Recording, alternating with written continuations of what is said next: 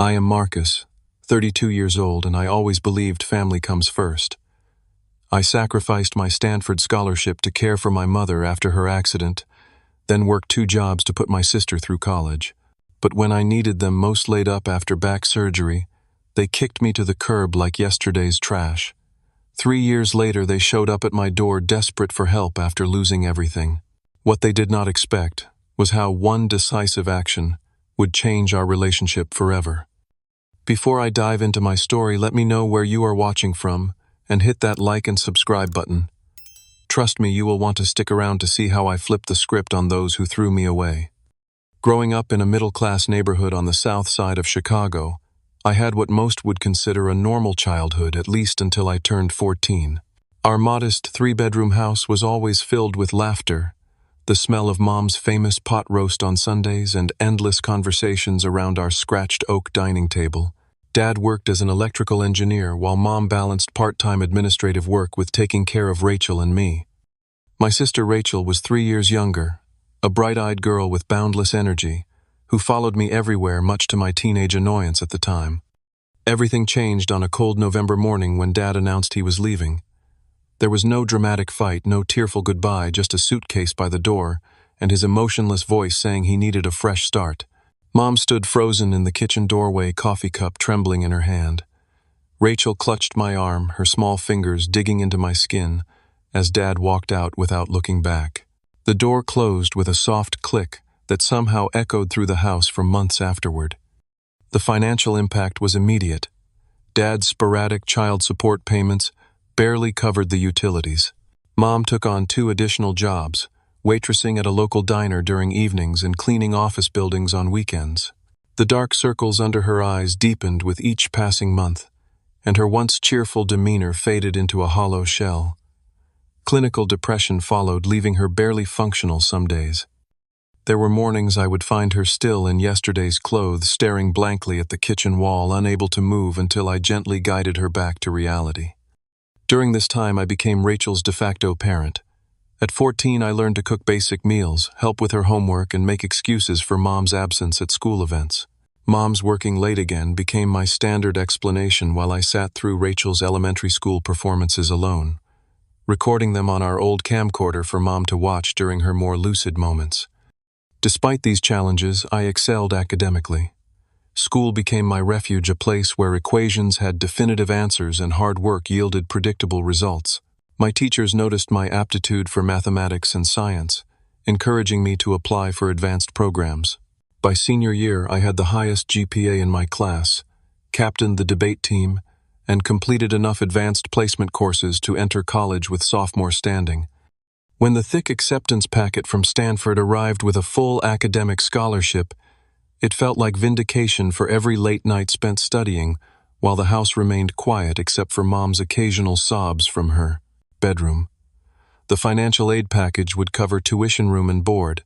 My computer science professor had even connected me with a part-time internship opportunity in Palo Alto that would provide spending money.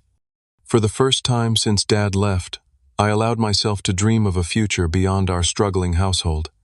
2 months before graduation, disaster struck again. Mom was working an overnight cleaning shift when she fell down a flight of stairs, breaking her hip and suffering a severe concussion. The accident left her immobile and unable to work. The medical bills arrived with alarming speed, their red past due stamps appearing before Mom even left the hospital. The timing could not have been worse. I needed to confirm my enrollment at Stanford within 2 weeks, but how could I leave when Mom couldn't even walk to the bathroom without assistance? Rachel at 15 was too young to become a caregiver. The weight of the decision pressed on me like a physical burden. The night before the Stanford deadline, I sat at our kitchen table surrounded by financial aid documents, medical bills, and the calendar marked with Mom's physical therapy appointments. Rachel came downstairs in her pajamas, eyes puffy from crying. "You have to go," she whispered, sitting across from me. "Mom will understand." But I knew better. There was no affordable home health care option. Our distant relatives had their own struggles, and Dad had remarried, starting a new family in Arizona with limited contact. The decision crystallized with painful clarity: Stanford would have to wait. The next day I declined the scholarship and enrolled at Chicago Community College. I took morning classes that allowed me to work afternoon shifts at a local bookstore and evening shifts stocking shelves at a grocery store. Between jobs, I helped Mom with physical therapy exercises and made sure Rachel stayed focused on her studies. Mom's recovery was gradual. For the first 6 months, her gratitude was palpable. She would hold my hand during her therapy sessions, tears in her eyes as she whispered, "I don't deserve you." Rachel, too, initially recognized the sacrifice, helping with household chores and studying diligently to honor my efforts. But human nature follows predictable patterns. As months stretched into years, gratitude faded into expectation. Mom's thank you became, "Could you also?" and Rachel's appreciation transformed into adolescent entitlement. By the time I had been attending community college part-time for 2 years, my sacrifice had become our baseline normal. There were moments that stung more than others, like when Mom questioned why I hadn't completed my associate's degree, yet seemingly forgetting that my delayed education was directly tied to working 2 jobs to support our household. Or when Rachel complained about not having the latest smartphone while I was wearing shoes with soles so thin I could feel every pebble through them. The one bright spot during this period was meeting Audrey. She worked at the campus bookstore, her quiet intelligence evident in how she could recommend the perfect book for any customer. We bonded over shared literary tastes and dreams deferred. When I explained my family situation during our 3rd coffee date, she didn't offer empty platitudes. Instead, she simply said, "They're lucky to have you, but don't forget to have yourself too." Her words would echo in my mind years later when I needed them most. 3 years after declining Stanford, my life had fallen into a predictable rhythm. At 21, I had finally completed my associate's degree in business management, attending night classes while working full-time at a growing marketing firm. The entry-level position as a data analyst was not glamorous, but it offered health benefits that helped with Mom's ongoing medical needs and a modest salary that kept our household afloat. Mom's physical recovery had plateaued at about 80% of her previous mobility. She could handle most daily tasks, but claimed her hip pain prevented her from returning to full-time work. Instead, she took a part-time receptionist position at a dental office, contributing minimally to our household expenses while maintaining that her limited income was better than nothing. The real change came when Mom met Harold at a community center dance. 53 years old with salt and pepper hair and an easy laugh, Harold initially seemed like the positive influence Mom needed. Their whirlwind romance progressed rapidly, and within 4 months Harold had moved into our home without any discussion of how he would contribute to household expenses. The first red flags appeared subtly. Harold would make offhand comments about finally having someone take care of the house properly, while Mom scrambled to prepare elaborate meals he demanded. His promised job search stretched from next week to next month, to vague references about waiting for the right opportunity.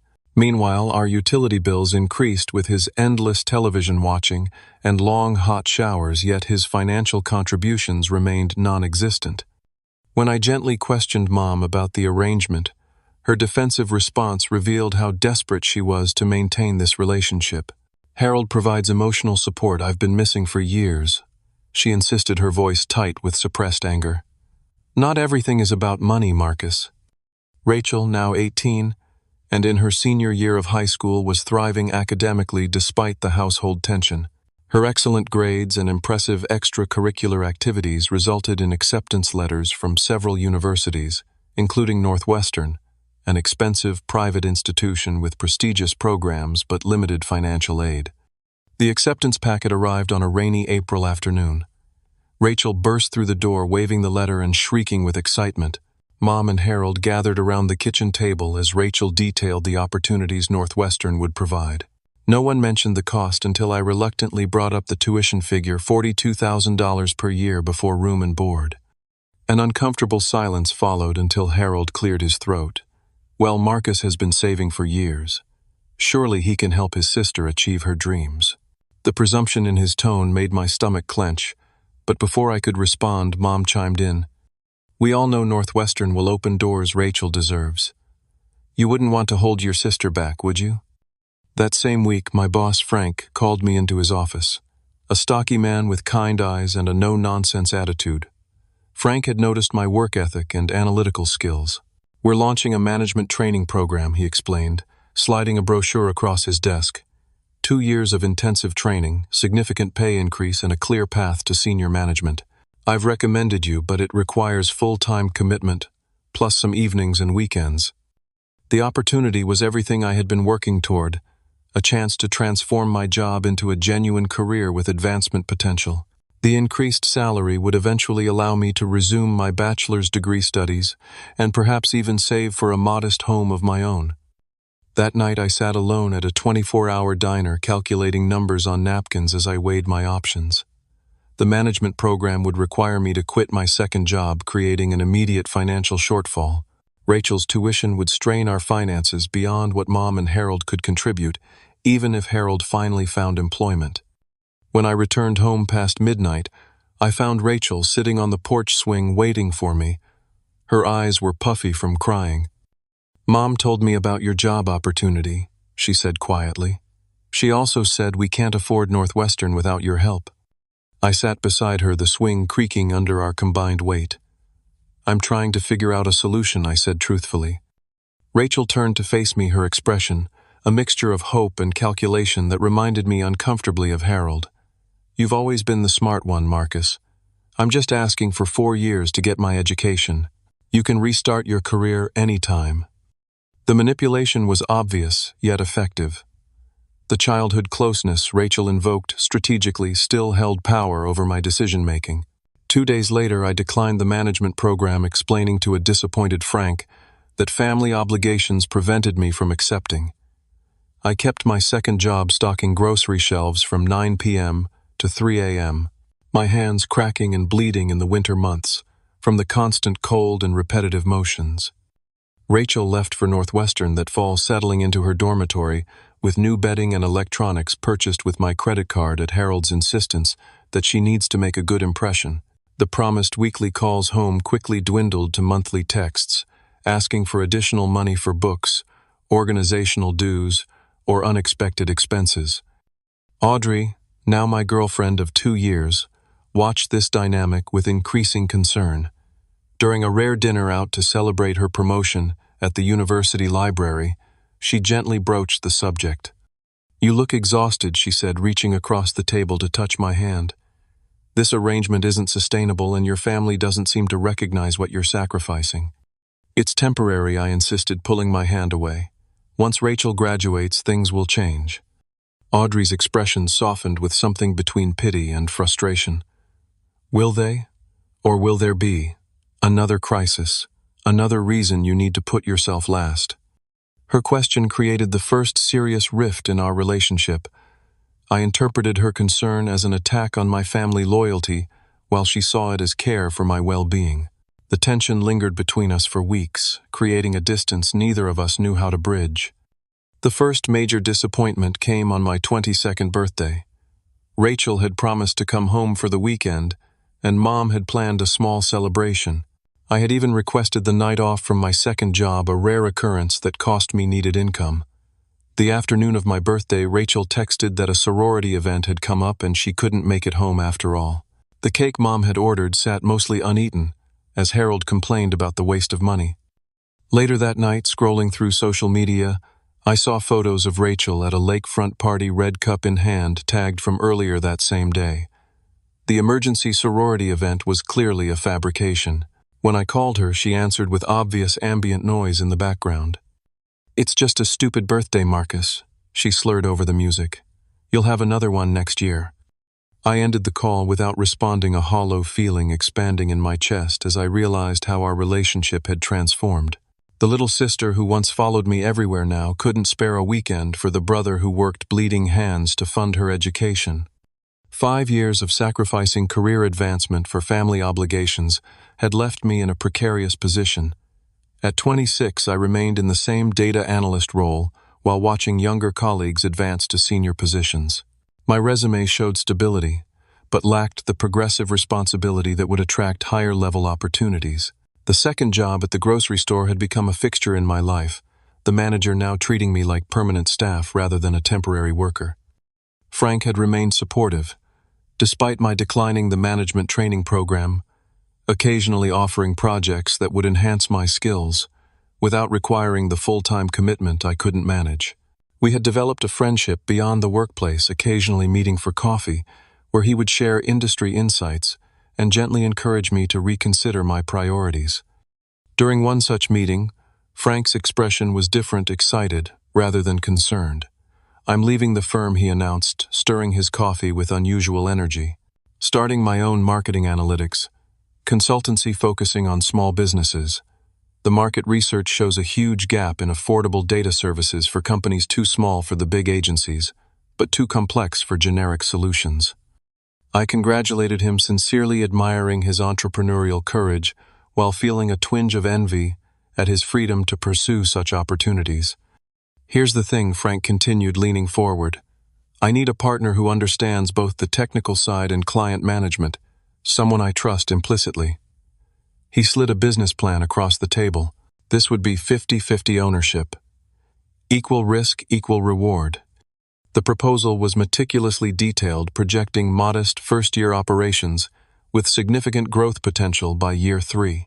The client acquisition strategy leveraged Frank's extensive industry contacts, while the service model would utilize my technical expertise to create scalable analytics solutions. "The catch is we each need $25,000 as startup capital," Frank explained. "I've got my portion saved. Can you manage the investment within 2 months?" My heart raced at the opportunity. I had about $7,000 in savings, pitifully little for someone who had been working full-time for years, but constant family expenses had prevented significant accumulation. With aggressive saving, and possibly selling my aging car for a cheaper model, I might reach $15,000. The remaining $10,000 would be challenging but potentially manageable with a personal loan. "I need to run some numbers," I replied cautiously, "but I want this, Frank. I really do." The next 2 months became a mission. I took on additional shifts at the grocery store, sold my modest collection of first edition books, and eliminated every non-essential expense. I brought lunch to work, canceled my streaming subscriptions, and even moved to a cheaper apartment with a longer commute, but significantly lower rent. By limiting myself to 4 hours of sleep most nights, I managed to accumulate nearly $18,000, still short but close enough that Frank might consider extending the deadline. During this period of intense focus, Rachel graduated from Northwestern with honors in communications. The graduation ceremony was a surreal experience as I sat between Mom and Harold, listening to speeches about achievement and future potential. When Rachel crossed the stage, Harold whooped loudly, turning to me with a grin. "Worth every penny, right?" Those pennies had cost me thousands of nights of lost sleep, advancement opportunities, and physical well-being, but I smiled tightly and nodded. This was supposed to be the end of my major financial support. Rachel was educated and employable, ready to build her independent life. I allowed myself to hope that my financial situation might finally improve. That hope evaporated one Sunday dinner, when Rachel announced her engagement to Timothy, a business major she had met during senior year. I offered sincere congratulations, genuinely happy that she had found partnership. The conversation quickly turned to wedding plans, with Rachel describing a destination ceremony in Napa Valley with at least 100 guests. "The venue deposit alone is $12,000, she explained, scrolling through photos on her tablet. "But it's absolutely perfect." Mom nodded enthusiastically while Harold refilled his wine glass. "So when are you thinking of putting down the deposit?" he asked, looking directly at me. The assumption that I would fund Rachel's wedding hit me like a physical blow. "I'm not sure I can help much with wedding expenses," I said carefully. "I'm actually saving for a business opportunity." "A business opportunity?" Mom interrupted, her tone suggesting I had announced plans to join a cult. "What kind of opportunity?"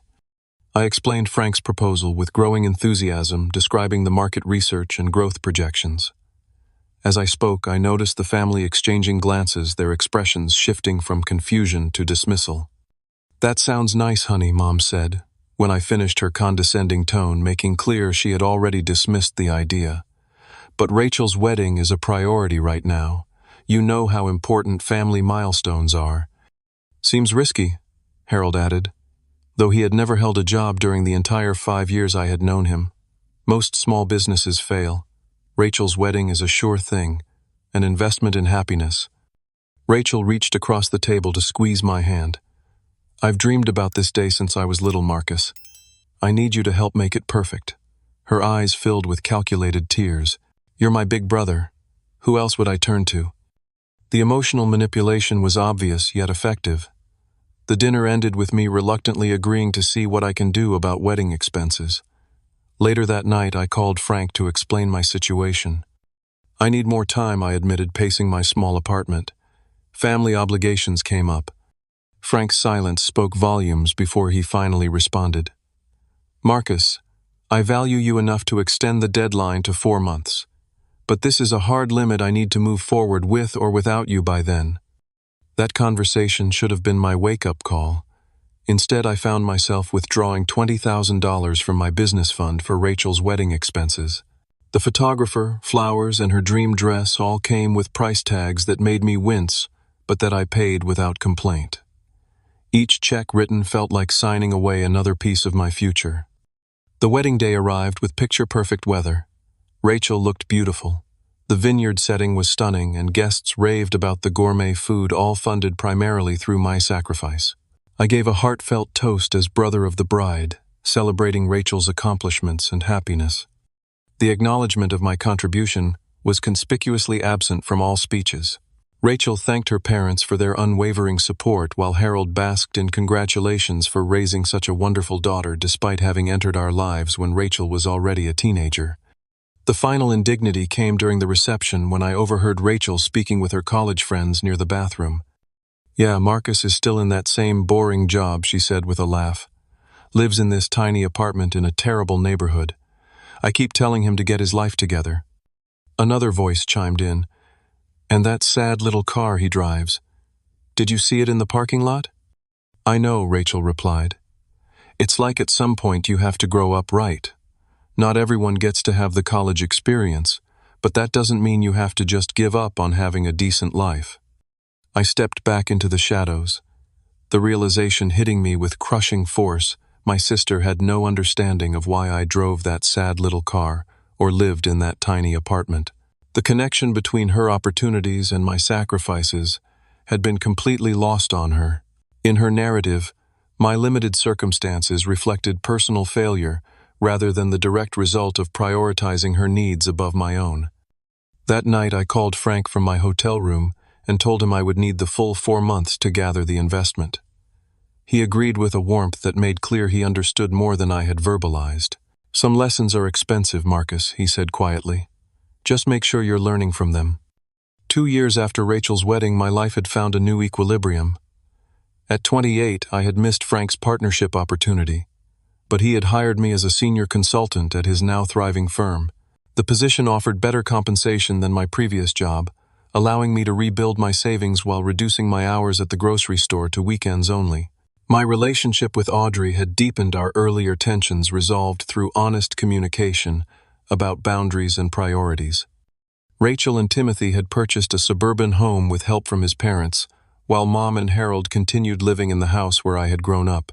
Our family dynamics had settled into a pattern of Sunday dinners and holiday gatherings, where conversation remained superficial and past sacrifices went unmentioned.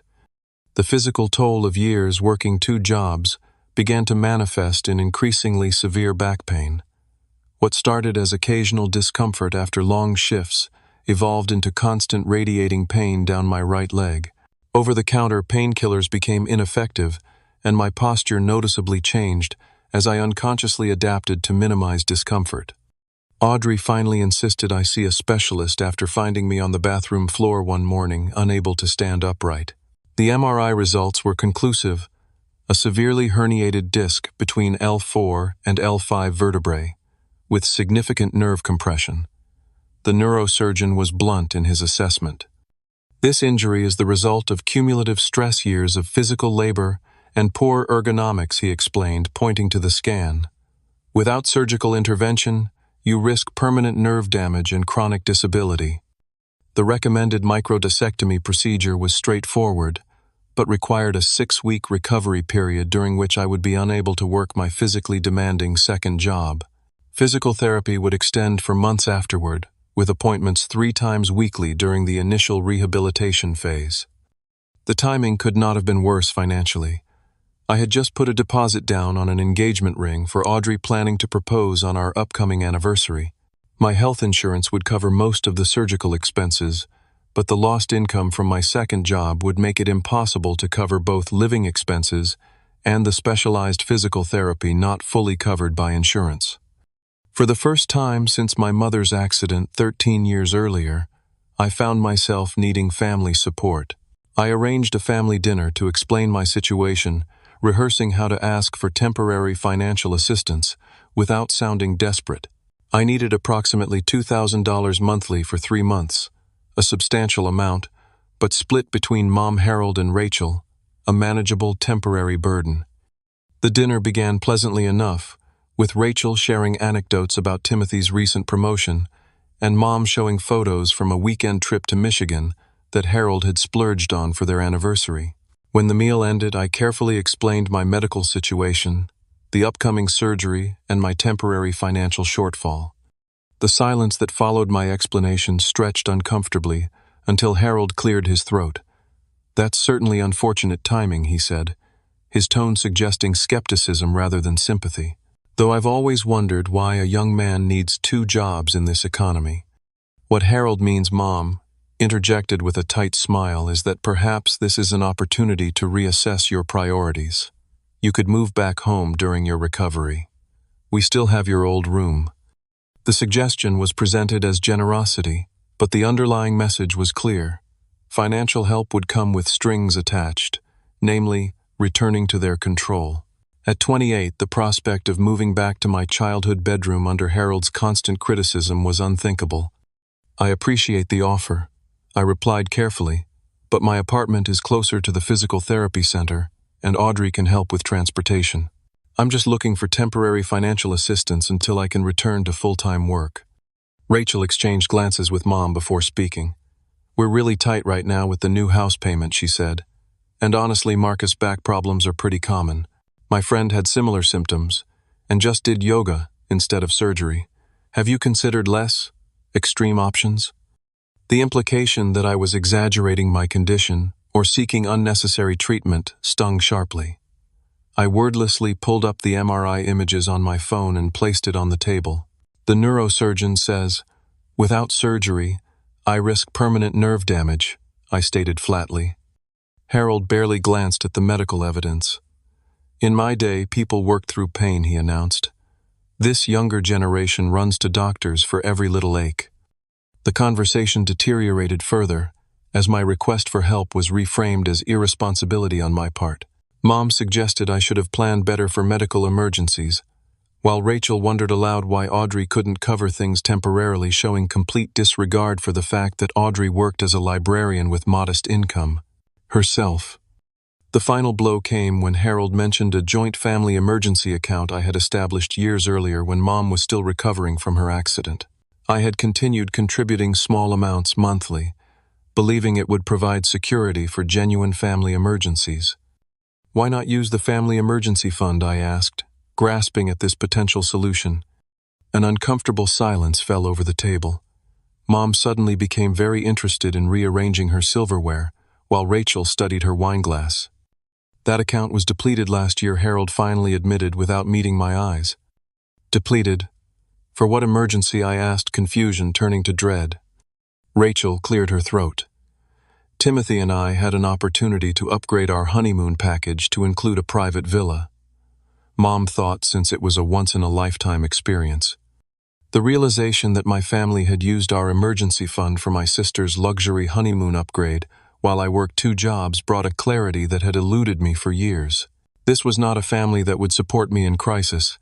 It was a one-way relationship that had persisted only through my willingness to keep giving. "I see," I said quietly, rising from the table. "Thank you for your honesty." The argument that followed was brief but devastating. When I expressed feeling betrayed by their use of the emergency fund, Harold became defensive, calling me selfish for questioning family decisions. Mom tearfully insisted they had always supported me emotionally, as though encouragement were equivalent to the decade of financial sacrifice I had made. Rachel claimed I was creating drama over money that would have just sat in that account anyway. The evening ended with an ultimatum from Harold. "If you can't appreciate what this family has done for you, and you're going to complain about money, perhaps you should handle your problems on your own." I left their house that night with the crushing realization that I had built my life around a family mythology that existed only in my mind. The belief that my sacrifices were recognized and would be reciprocated had been a comforting fiction. The week of my surgery, I reached out once more via group text, simply sharing the date of the procedure and my expected discharge time. No response came. After awakening groggy from anesthesia, my phone showed 0 messages from family members. Only Audrey was there holding my hand and navigating discharge instructions with the nurse. Recovery proved more difficult than anticipated. Post-surgical pain combined with limited mobility made basic tasks challenging. When I returned to my apartment, an eviction notice was taped to the door. My reduced hours had left me, unable to make rent for 2 consecutive months, and my landlord's patience had expired. In desperation, I called Mom, reaching her voicemail. Hours later, a text arrived from Rachel. Sorry to hear about your housing situation. Maybe this will teach you some financial responsibility. Let us know when you're back on your feet. The night I was physically removed from my apartment remains the lowest point of my life. The property manager showed minimal sympathy for my medical condition as I shuffled belongings into trash bags, pain medication, barely dulling the surgical sites throbbing. Audrey helped as much as she could, but her studio apartment couldn't accommodate my furniture or most possessions. That night I slept in my car despite the doctor's orders to maintain proper spinal alignment. The surgical incision burned against the cramped back seat as I tried to find a position that didn't send shooting pain down my leg. The contrast between this moment and the luxury villa my emergency fund had provided for Rachel's honeymoon kept me awake despite exhaustion. Morning brought the humbling experience of washing in a gas station bathroom before my physical therapy appointment. The therapist noticed my disheveled appearance but kindly focused on treatment rather than questions. Afterward, with nowhere to go and unable to drive comfortably, I parked behind an abandoned strip mall and reclined the seat as much as possible, trying to rest while rain drummed against the windshield. In that moment of absolute rock bottom, staring at the water streaming down my windshield, I finally accepted the truth I had been avoiding for years. My family saw me not as a person worthy of reciprocal care, but as a resource to be extracted from until depletion. The recognition was both devastating and strangely liberating. If I had nothing left to give them, perhaps I could finally focus on rebuilding myself. The third night of sleeping in my car, pain medication wearing off and rain seeping through a window, I couldn't fully close my phone lit up with an unfamiliar number. Assuming it was a debt collector, another looming crisis, I almost didn't answer. When I did, the voice on the other end was unexpected. "Marcus, it's Walter, from your mom's church choir." The older man's voice was tentative. "Your physical therapist, Barbara, is my niece. She was concerned about your situation and remembered the connection." Walter had been a peripheral figure in our family life for years, a kind widower who occasionally joined us for holiday meals. We had never been close, but he had always treated me with genuine warmth during our limited interactions. "I understand you're going through a rough patch," Walter continued when I didn't immediately respond. "I have a finished basement apartment sitting empty. It's nothing fancy, but it's clean, has a private entrance, and the rent would be minimal." My pride wanted to refuse, but reality overrode that impulse. "I appreciate the offer," I said, voice cracking slightly, "but my current income is unreliable due to recovery limitations." "We can work something out," Walter replied gently. "Perhaps help with yard maintenance when you're physically able. For now, you need proper rest to heal." The basement apartment proved to be a lifeline, modest but clean, with a separate bedroom, small kitchenette, and most importantly, a real bed where I could properly align my healing spine. Walter refused payment for the first 2 months, insisting my focus should be recovery. His kindness, extended without expectation of return, contrasted sharply with my family's conditional support. Audrey visited daily, bringing home-cooked meals and unwavering encouragement. When I expressed shame at my circumstances, she took my face in her hands and spoke with fierce conviction. "This situation is temporary. Your character is not defined by a medical crisis or family who failed to recognize your worth." The weeks of physical therapy gradually improved my mobility, though progress was slower than I had hoped. By week 4, I could walk without assistance for short periods. At week 6, my follow-up appointment showed proper healing, though the surgeon emphasized continued caution with physical activity. Throughout this period, not once did my family contact me directly. Through mutual acquaintances, I learned they had constructed a narrative where I had overreacted to reasonable boundaries and was now punishing them with silence. This revision of reality might have once prompted me to reach out and mend fences. Instead, I focused my limited energy on recovery and rebuilding. When I was finally cleared for part-time work, a surprising email arrived from Frank. "Heard through the grapevine about your situation," he wrote. "When you're ready to talk, I have a proposition that might interest you." Our meeting took place at a quiet cafe near Walter's home. Frank had aged slightly in the years since his initial partnership, offering a few more gray hairs lines around his eyes, but his energy remained infectious. "My company has grown faster than projected," he explained after inquiring about my recovery. "The client base has expanded, but we're turning away small businesses that could benefit from our services because the standard package is beyond their budget." He slid a folder across the table containing a business proposal. "I want to create a subsidiary focusing exclusively on small business analytics, streamlined services at accessible price points. I need someone who understands both the technical aspects and the human side of small business operations." The proposal outlined a partnership structure with Frank's main company, providing initial funding and infrastructure while I would build and lead the new division. Most surprisingly, it required no financial investment from me. "Instead of capital, I'm asking for sweat equity," Frank explained. "You'll earn ownership percentages based on performance benchmarks. The compensation starts modestly, but increases with division profitability." The opportunity seemed too perfect, prompting my skepticism. Why me, especially now when I'm not exactly at my professional best? Frank's response was measured. "Because you understand sacrifice and persistence.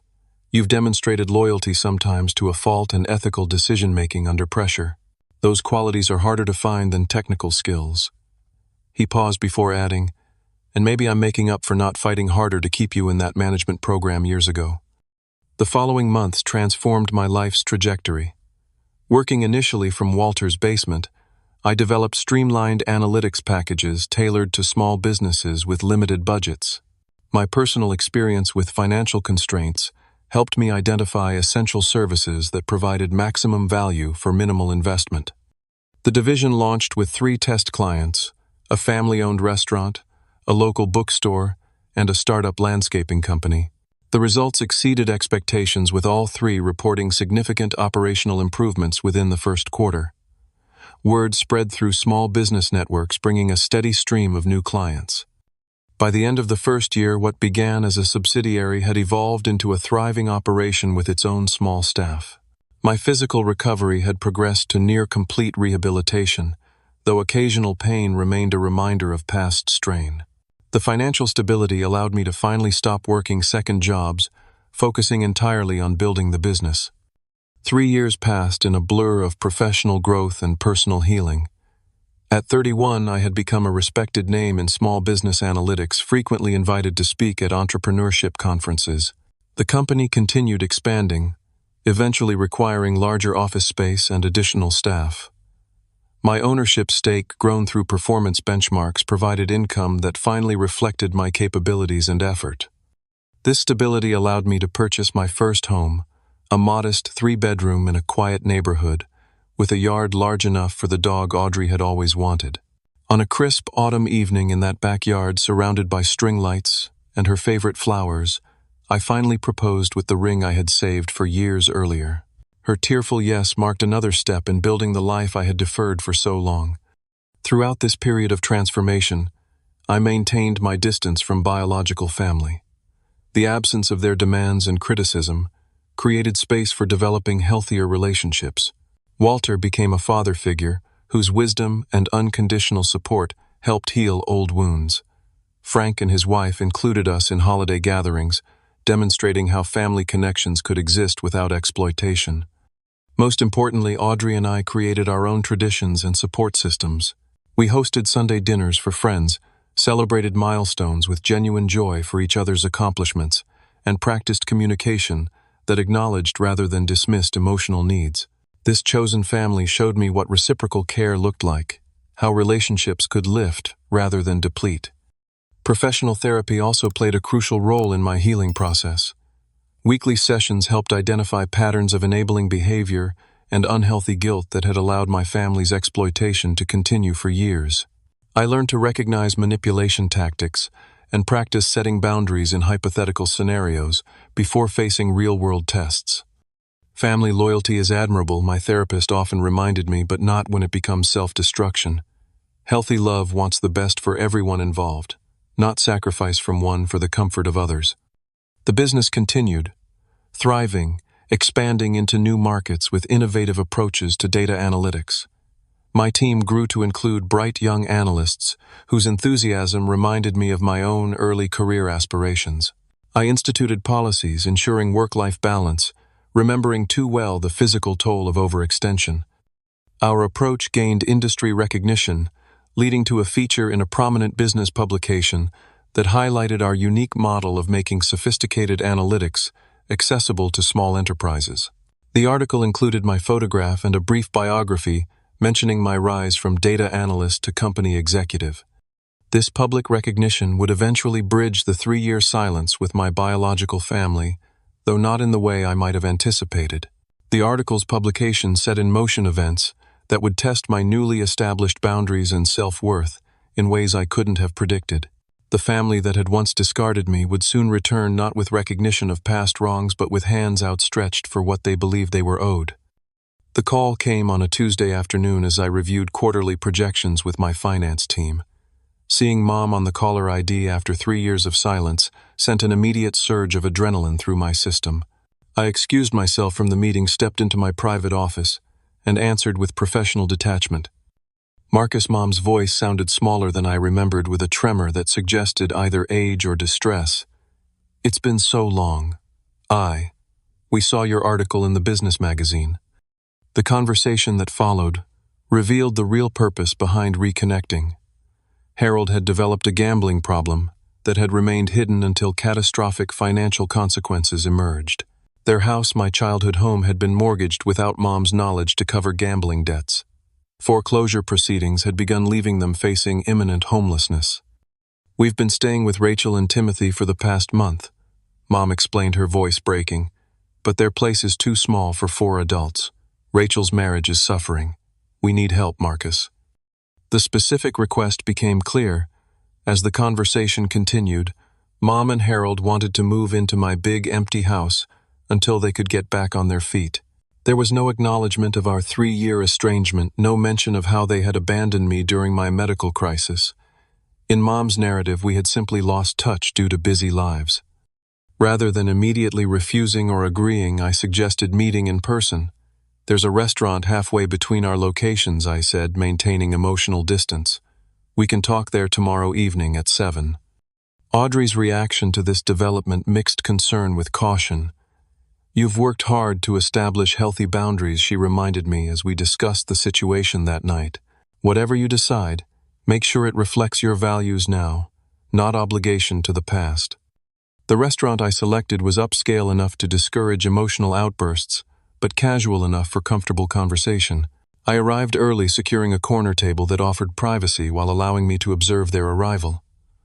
Audrey had offered to accompany me, but this was a conversation I needed to navigate alone. When they entered the restaurant, I barely recognized my family.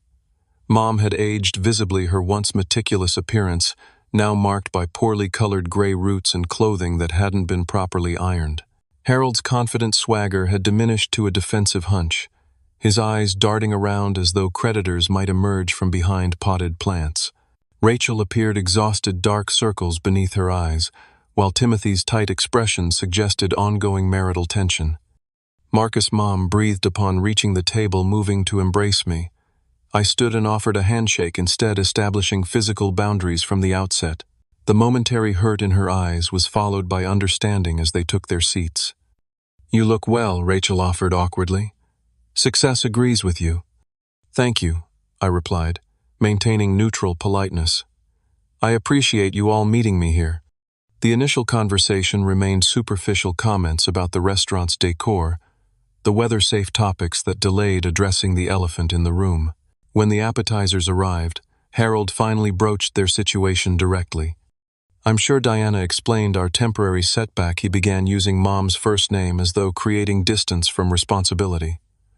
The economy's been tough on everyone. The economy didn't forge Mom's signature on mortgage documents, Rachel interjected, with unexpected sharpness, suggesting family divisions beyond what Mom had described. Harold's face flushed. That's being addressed through counseling. The important thing now is finding suitable housing until our situation stabilizes.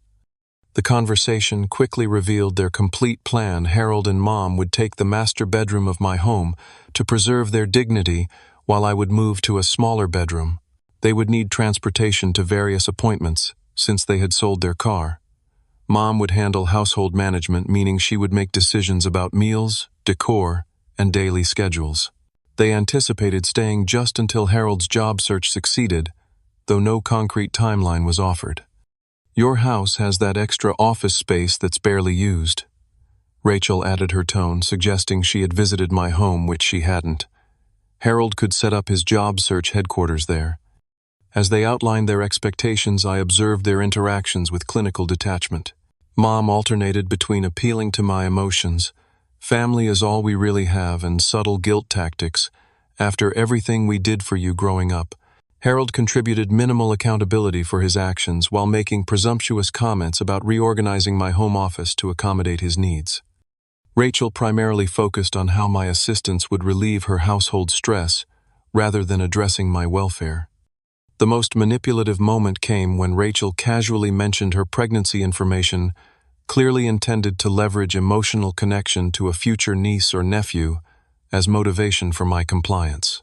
We'd hoped to share the news under better circumstances, she said, hands protectively covering her still flat stomach. The baby deserves a stable environment, not a house filled with tension over grandparents sleeping on our sofa. Throughout their presentation, not once did anyone acknowledge our estrangement or the circumstances that created it.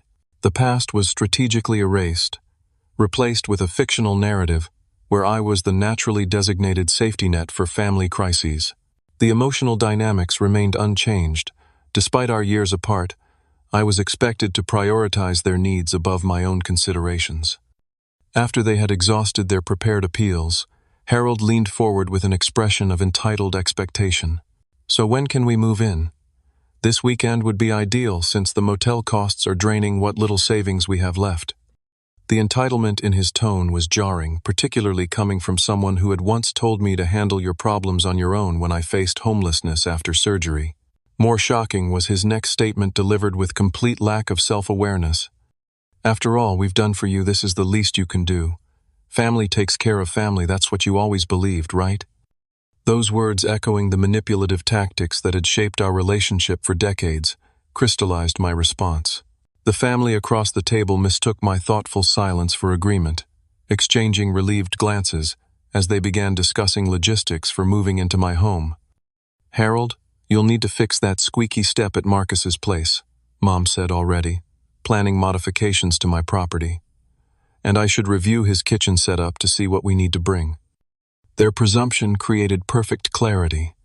This wasn't a family seeking reconciliation or offering amends, it was the same dynamic with new circumstances. The only difference was that I was no longer the same person who had accepted such treatment. The sound of silverware against plates filled the momentary silence as I considered my response. Years earlier, I might have simply acquiesced to maintain peace or surrendered to guilt about abandoning family in crisis. The Marcus who had slept in his car after surgery, abandoned by these same people, had learned painful but necessary lessons about boundaries and self-respect. I've listened carefully to your situation. I began, my voice calm and measured, and I've heard your proposed solution. Now I'd like to offer an alternative. Their expressions shifted from expectant to confused as I removed a folder from my briefcase and placed it on the table. Inside was a comprehensive financial recovery plan I had prepared after Mom's initial call, not from obligation but from a place of compassion tempered by wisdom. This folder contained several resources, I explained, opening it to reveal neatly organized documents. First, information about 3 affordable housing options within your budget, including a senior living community with financial assistance programs. Second, contact information for a reputable credit counselor who specializes in gambling recovery cases. Third, a reference to a family therapist who can help address the underlying dynamics that contributed to this situation. Harold's face darkened with recognition that I wasn't offering our home, while Mom's expression cycled rapidly between disbelief and disappointment. Rachel simply stared as though encountering a version of her brother she didn't recognize. Additionally, I continued maintaining professional composure. I'm willing to provide a one-time contribution toward first month's rent and security deposit for appropriate housing paid directly to the landlord, not as cash. This assistance comes with specific conditions. I outlined these conditions without apology or defensiveness. Harold would need to attend gambling, addiction counseling, and secure employment within 60 days. Mom would need to participate in financial literacy training and contribute through part-time work appropriate for her abilities. Most importantly, all adult family members would commit to family therapy to address the patterns that had led to both their current crisis and our estrangement. This approach offers sustainable recovery rather than temporary shelter, I concluded. It addresses root causes rather than symptoms. The silence that followed felt weightier than any argument could have been. Harold was the first to respond, his face flushing with indignation. "So you're refusing to help your own mother? After everything she sacrificed for you?" His volume increased with each word, drawing glances from nearby diners. "I'm offering help that promotes healing and independence," I corrected calmly. "Not dependence or enabling." Mom's eyes filled with tears, a familiar tactic that once would have immediately compromised my resolve. "We just need a little time to get back on our feet," she pleaded. "Why are you being so cold?" "This isn't coldness," I replied, maintaining eye contact. "It's clarity about what genuine support looks like. 3 years ago, when I was recovering from back surgery, I needed temporary assistance. Instead, I was told to handle my problems independently and learn financial responsibility. I spent 3 nights sleeping in my car with a surgical incision that hadn't fully healed. The explicit reference to their abandonment created visible discomfort. Rachel looked down at her plate while Mom glanced away. Only Harold attempted justification. That was different, he insisted, though his tone lacked conviction. "Yes, it was," I agreed. "I had a medical emergency beyond my control and a clear recovery timeline. My request was modest and temporary. The current situation stems from choices made repeatedly over time with warning signs that were ignored." I closed the folder and slid it toward them. "My offer stands. Sustainable help with conditions that promote genuine recovery, not a quick fix that perpetuates harmful patterns." The conversation deteriorated as expected. Harold stormed out after calling me ungrateful. Mom alternated between tears and guilt tactics about potentially becoming homeless. Rachel made a final appeal based on family obligation before joining Timothy in a tense departure. I remained seated, finishing my meal with deliberate calm, despite the emotional turbulence beneath the surface. This confrontation represented something profound, not vindictive payback, but the establishment of boundaries based on self-respect and genuine care rather than exploitation. The drive home that evening felt symbolic of my journey moving forward with clear direction, rather than circling back to familiar but destructive patterns. When I arrived, Audrey was waiting on the porch, swing her presence a reminder of what healthy love looked like. "How did it go?" she asked as I sat beside her. "Exactly as expected," I replied, feeling surprisingly peaceful despite the confrontation. They wanted the Marcus who would sacrifice everything without question. They met the Marcus who offers help that actually helps. The following weeks brought predictable emotional fallout. Mom left tearful voicemails about sleeping on Rachel's sofa. Harold sent angry texts accusing me of abandoning family. Rachel's messages oscillated between guilt tactics and grudging acknowledgement that their expectations might have been unreasonable. I responded, consistently reiterating my offer of structured assistance with accountability measures. For nearly a month, this offer was rejected as insulting and controlling. Then, as Rachel's pregnancy progressed and tension in her household mounted, the first sign of change appeared. "Timothy and I have been talking," her message began. We think the family counseling might actually help regardless of the housing situation. Would that offer still stand separately from the other conditions? This opening, however, small, marked the beginning of a gradual shift. Within 2 months, Mom had reluctantly agreed to the full program, including finding an apartment they could afford with modest assistance. Harold resisted longest, but eventually enrolled in gambling addiction counseling after Rachel made it clear he couldn't continue staying in her home without addressing his problems. The family therapy sessions were initially uncomfortable, with old defensiveness and blame emerging in predictable patterns. The skilled therapist gently but firmly redirected these dynamics, creating space for authentic communication about expectations, boundaries, and reciprocal respect. Progress came in small, incremental steps. Mom found part-time work at a local florist, discovering genuine enjoyment in arranging flowers. Harold's journey proved more challenging, with relapses in his gambling recovery, but the structure of the program provided accountability he had previously lacked. Rachel and Timothy strengthened their marriage through counseling, preparing more consciously for parenthood. 6 months after our restaurant confrontation, family interactions had evolved into cautious but more authentic connections. Mom called occasionally with updates on her life rather than requests or complaints. These conversations remained brief, but lacked the manipulation that had previously characterized our communication. The most significant moment of healing came unexpectedly 3 weeks before my wedding to Audrey. Rachel, now visibly pregnant, asked to meet for coffee without Timothy or our parents. Across the cafe table, she struggled to maintain eye contact as she spoke. "I've been thinking about your back surgery," she began hesitantly. "About how I responded when you needed help." She twisted her wedding ring nervously. "The therapist asked us to identify patterns of taking without giving, and that memory kept surfacing." Her apology wasn't perfect or complete, but its sincerity marked a fundamental shift in our relationship. For perhaps the first time, Rachel saw me as a person with needs and boundaries, rather than a resource to be utilized. This recognition, however belated, opened possibility for genuine connection moving forward. Our wedding day arrived with cautious optimism about family relationships. Mom, Harold, Rachel, and Timothy attended as guests rather than central figures, a distinction that would have been unimaginable years earlier. They respected our wishes regarding photographs, seating arrangements, and speeches, demonstrating newfound awareness of boundaries. The most poignant moment came during the reception when Walter, who had offered shelter when my family wouldn't, gave a toast celebrating not just our marriage but my personal journey.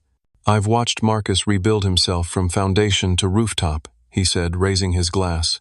"His capacity for growth without bitterness is his greatest strength." Mom's eyes met mine across the room, as Walter spoke, her expression suggesting recognition of what had been lost and what might still be salvaged. Not the old dynamic of sacrifice and extraction, but something healthier built on mutual respect and appropriate boundaries. In the years since, our family relationships have continued evolving. Rachel's daughter, my niece Emma, knows me as Uncle Marcus, who visits occasionally rather than the unlimited resource her grandparents once assumed I would be. Mom has developed interests and community connections independent of her identity as mother. Harold's recovery continues with occasional setbacks but overall progress. The most valuable lesson from this journey has been understanding that helping others requires empowering them, not enabling destructive patterns. True compassion sometimes means refusing to participate in systems that harm all involved. Boundaries aren't selfish. They're essential components of healthy relationships.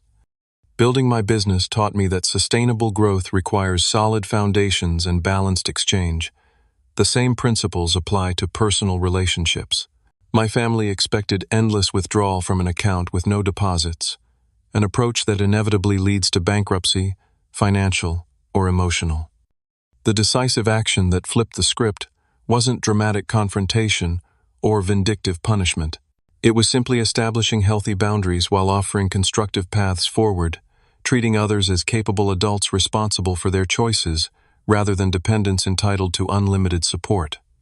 Today, as Audrey and I prepare to welcome our first child, I'm committed to creating family patterns based on mutual respect rather than obligation.